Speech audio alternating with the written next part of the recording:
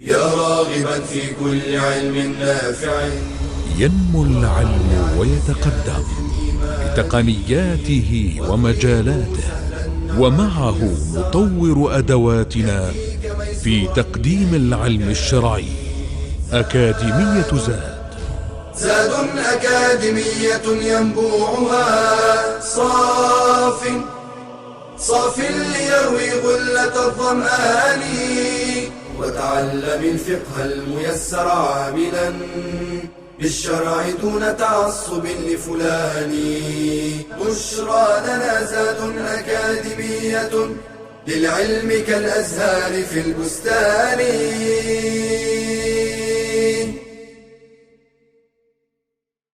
بسم الله الرحمن الرحيم.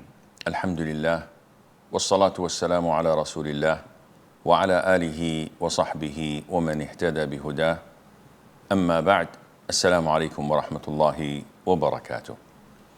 In the last class, we talked about the things that permits a person not to fast, such as traveling, such as being sick, such as having the postmortal bleeding and the menses, the monthly cycle for women, and such as when a person is considered to be exempted from fasting due to hardship, due to pregnancy, or due to breastfeeding.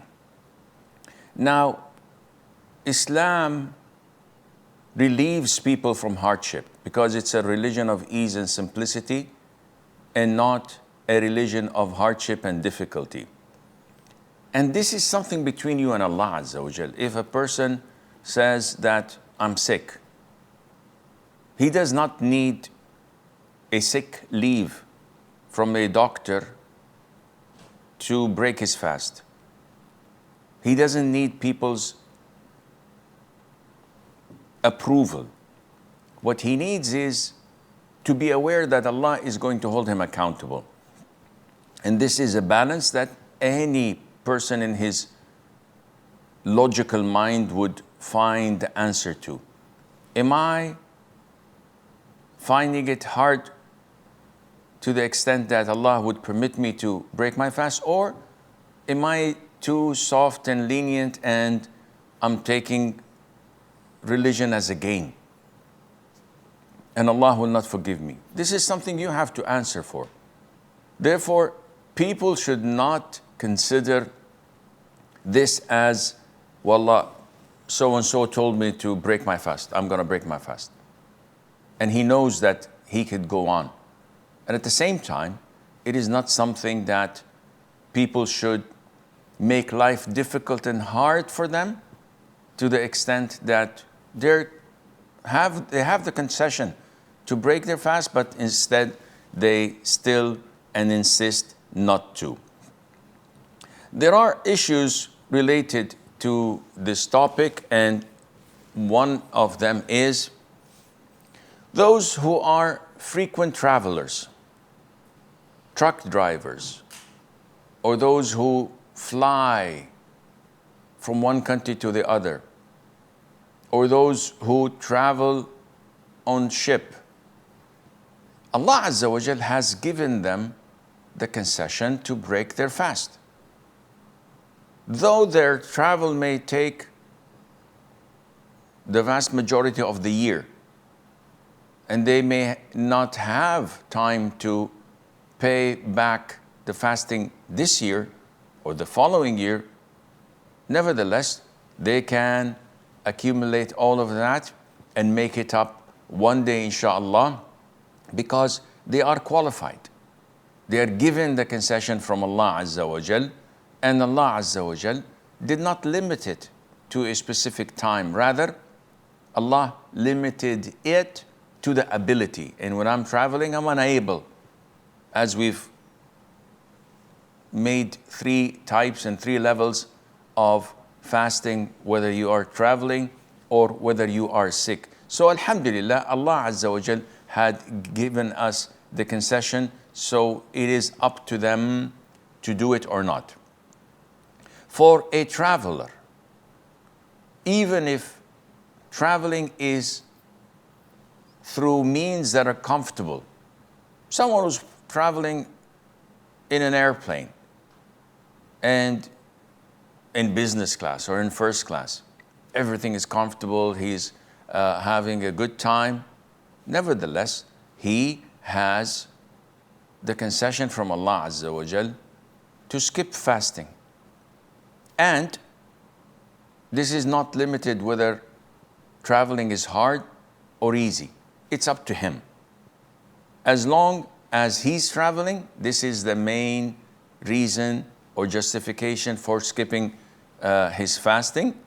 Nevertheless, it is very important to point out that if I'm in my hometown and my flight is at 1 p.m., 3, 4 hours, 5 hours before sunset, I have to fast the entire day until the plane takes off, until I set off on my journey, not before that. Not because I know that I'm traveling at 1 or 2 p.m., I skip the whole day. This is not permissible. You skip fasting, you break your fast, you interrupt your fasting when you set off on your journey and not before that. Number 3, if a person justification for breaking the fast is uplifted, is he obliged to continue to fast the rest of the day? Meaning, I was in another country, coming back home. So when I traveled, I was not fasting. I reached the airport of my hometown midday. Now I'm in my home. Now I'm not a traveler. Do I have to, am I obliged to continue fasting until the end of the day, until sunset, knowing that this day is not counted for me? Another scenario, a woman who is on her menses. Midday, she sees her purity, she performs ghusl, and she prays dhuhr. Is she obliged to continue to fast until sunset like everyone else? In both cases, the answer is no, because Allah has given these two and those who are like them the concession not to fast due to their excuse of traveling, of being on their menstrual cycle. So once this is gone, if they fast, the day would not count for them. So what's the point?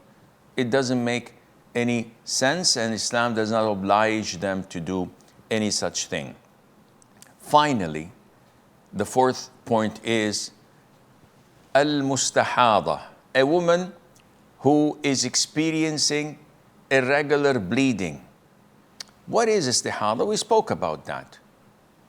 A woman is either pure, she can pray and fast, be intimate with her husband, etc., or she is on her menses, which means that she cannot pray, she cannot fast, or be intimate with her husband.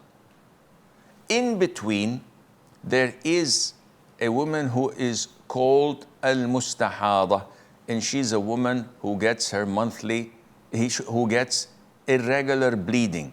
There is neither her monthly cycle, nor she's pure. She doesn't see her purity. This woman is a normal person with an illness that causes this irregular bleeding. She has to pray on time, and she has the concession, if it is difficult for her to make wudu for every fard and clean herself, to combine between dhuhr and asr and between maghrib and isha, and pray fajr on time. So this is permissible for women who find it really hard to do that. But if there's no real hardship, she has to pray on time. And she also can pray and fast, and she has to pray and fast, and that is valid for her, and Allah Azza wa Jal knows best. وصلى الله وسلم وبارك على عبده ورسوله نبينا محمد. يا راغبا في كل علم نافع ينمو العلم ويتقدم بتقنياته ومجالاته، ومعه نطور أدواتنا في تقديم العلم الشرعي. أكاديمية زاد أكاديمية ينبوعها صاف ليروي غلة الظمآن، وتعلم الفقه الميسر عاملا بالشرع دون تعصب لفلان. بشرى لنا زاد أكاديمية للعلم كالأزهار في البستان.